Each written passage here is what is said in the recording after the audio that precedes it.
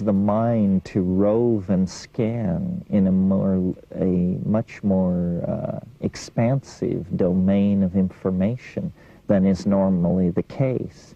I mean, if you don't smoke cannabis, you may spend your evening balancing your check account.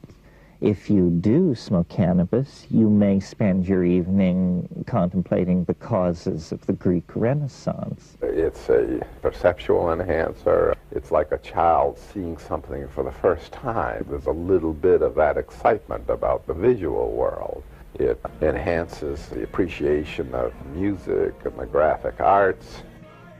I have met many people who I think have experienced increase in imagination and creativity from experimenting with marijuana, who have discovered themselves as physical, sensual, sexual beings on marijuana who otherwise had not developed that part of themselves. They find that it's useful in gaining perspective and insight in their lives.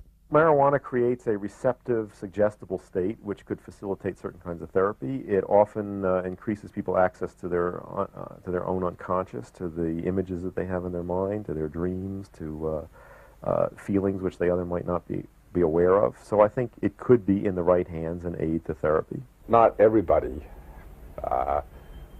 is capable of using cannabis in this way, but it can be used in this way by people who make an effort to learn to use it in this way. Obviously, Western society fails to offer guidance on how to use marijuana beneficially. I've seen many people who use marijuana addictively, many people who use it all the time, and I think get very little effect out of it. I see people who smoke it and get groggy and doped out. The real problem is that people do too much. They don't understand that the best way to do cannabis is approximately once a week. The desire to have altered states of consciousness is basically healthy and normal. It can have bad expressions, and I think in our culture where there's no recognition of that desire and we don't teach young people how to satisfy it in healthy ways, it's obvious that we're going to see a lot of negative expressions of it. More money has been spent trying to find something wrong with cannabis than any other vegetable material in human history.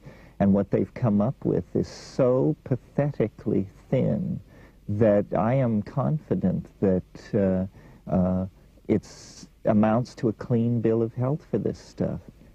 US government health authorities estimate that there are about 350,000 deaths per year caused by tobacco and around 125,000 from alcohol.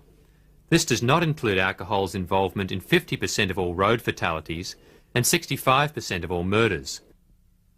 There are 14 to 27,000 deaths from legal medicines, and over 1,000 of these have been recorded as overdoses of aspirin.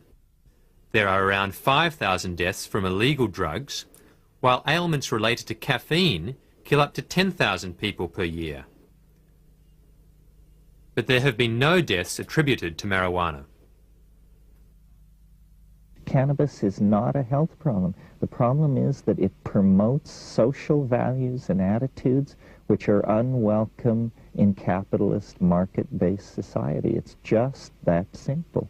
A drug like coffee with a horrendous health profile compared to cannabis is completely welcomed into the marketplace and the home and the lifestyle of modern people.